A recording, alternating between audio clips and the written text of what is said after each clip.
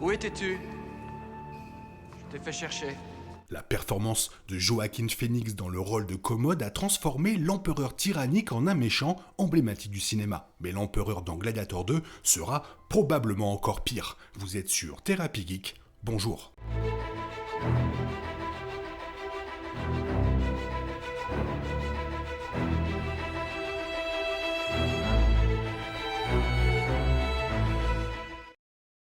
Sans surprise, compte tenu des antécédents de Ridley Scott, Gladiator a modifié certains aspects de l'histoire réelle pour rendre le film plus dramatique, notamment en faisant de Commode un méchant plus stéréotypé que son homologue réel. Cependant, même sans apporter de changements aussi substantiels à l'histoire vraie, le prochain a le potentiel d'éclipser l'iniquité de Commode.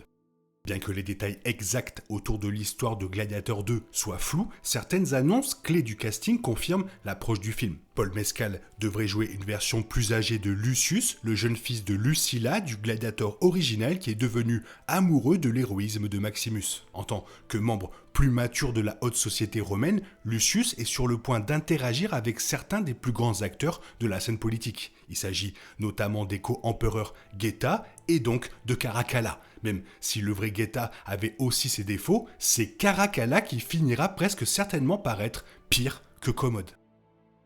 Né en 188, le véritable Caracalla régna comme empereur pendant près de 20 ans, entre 198 et 217 après JC. Fils aîné de Septime Sévère, il régna conjointement avec son père jusqu'à sa mort en 211. Son frère Geta complétant un bref triumvirat d'empereurs en 209. Naturellement, cette division du pouvoir créa un terrain fertile pour les intrigues machiavéliques. Caracalla complotant contre son frère dès que son père avait quitté les lieux. Après la mort de Geta en 211, Caracalla devint l'unique empereur, régnant encore pendant 6 ans. Ce voyage alambiqué vers le pouvoir rend son histoire potentiellement fascinante, expliquant le décor de Gladiator 2. Dans les années qui ont suivi la fin de son rôle d'empereur, Caracalla est resté dans les mémoires comme l'un des empereurs les plus cruels et despotiques de tous les temps. Bien qu'il ait régné à un titre ou à un autre pendant près de 2 décennies, il a infligé des souffrances considérables au peuple romain, mais aussi à sa propre famille. En conséquence, Gladiator 2 a de nombreuses opportunités à la fois de raconter une histoire historiquement précise et de transformer Caracalla en un méchant encore plus terrifiant que Commode. Le détail le plus tristement célèbre du règne de Caracalla est peut-être le fait qu'il a assassiné son frère. Malgré le souhait de Septime Sévère d'un accord de partage du pouvoir, les deux hommes se sont disputés presque immédiatement, conduisant à une intense rivalité au sommet du gouvernement romain. Après seulement quelques mois, Caracalla a ordonné que son frère soit assassiné par la garde prétorienne, un acte qui rappelle la trahison finale originale de Gladiator. À ce moment-là, il a été poignardé à mort dans les bras de sa mère. Pour aggraver les choses, Caracalla a mis en place une loi capitale sur le fait de prononcer ou d'écrire le nom de Geta, exécutant 20 000 personnes qui auraient désobéi à l'ordre.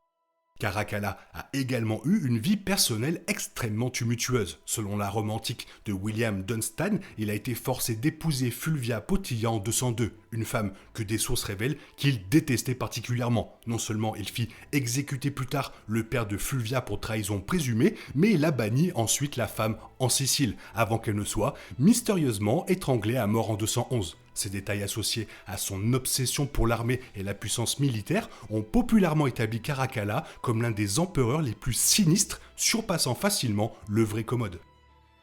Dans le film de Ridley Scott, Commode est dépeint comme un dirigeant faible et névrosé qui trouve impossible d'échapper à l'ombre de son père. Son immaturité, couplée à une relation troublante avec sa sœur, retourne rapidement les sénateurs de Rome contre lui. Une situation qu'il tente de négocier en organisant une série de jeux pour amener le public à son côté. Cependant, sa rivalité avec Maximus s'avère être sa perte, car des sénateurs conspirateurs utilisent l'ancien général dans un complot visant à faire tomber Commode. Bien qu'une grande partie de l'histoire de Gladiator soit inventée, elle contient quelques éléments de vérité. Le véritable Commode était en effet obsédé par les jeux de Gladiator et devint finalement un dirigeant tyrannique, centralisant le pouvoir dans ses attributions à la suite d'une série de complots. Il était connu pour se lancer dans l'arène en tant que gladiateur, massacrant souvent des centaines d'animaux exotiques pour son propre amusement et allant même jusqu'à combattre et tuer des gens. Cependant, son règne de 15 ans a été beaucoup plus long que ce qui est suggéré dans le film, et ses sentiments incestueux envers Lucella et son conflit avec Maximus sont entièrement inventés.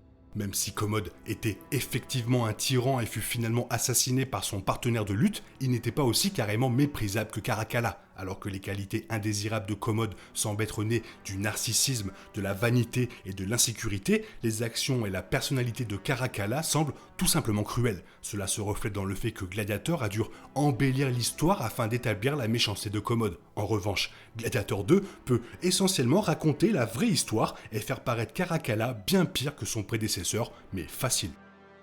Étant donné que le vrai Caracalla a régné après la mort de son frère, il est peu probable que les téléspectateurs puissent le voir recevoir sa récompense. Cependant, dans la vraie vie, le tristement célèbre empereur a enduré une mort bien méritée. Alors qu'il était en campagne contre les Parthes, Caracalla s'arrêta brièvement pour se soulager contre un arbre. Il a ensuite été approché par un soldat mécontent, Martialis, qui s'était ennuyé de ne pas avoir été promu. Martialis a ensuite poignardé Caracalla au bord de la route, assassinant le célèbre empereur à l'âge de 28 ans seulement. Recréer avec précision le destin de Caracalla semble peu probable pour Gladiator 2, car cela impliquerait un saut dans le temps substantiel et un éloignement de l'action de Rome elle-même. Cependant, le Gladiator original a montré que la franchise n'a pas peur de modifier l'histoire lorsque cela convient au récit, après avoir présenté la mort de Commode comme un moment de transformation dans le retour de Rome à une république, quelque chose qui ne s'est jamais produit en réalité. Ce précédent signifie que Gladiator 2 pourrait encore inclure la mort de Caracalla, même si cela serait contradictoire avec la véritable chronologie historique. Voilà, autant dire que ça sent très bon pour Gladiator 2, toi. Quel est ton niveau de hype? Fais-le moi savoir dans la zone commentaire. Sinon, il est temps pour toi de reprendre le cours normal de ta vie. On se retrouve bientôt pour une nouvelle vidéo. Bisous bisous, bye bye.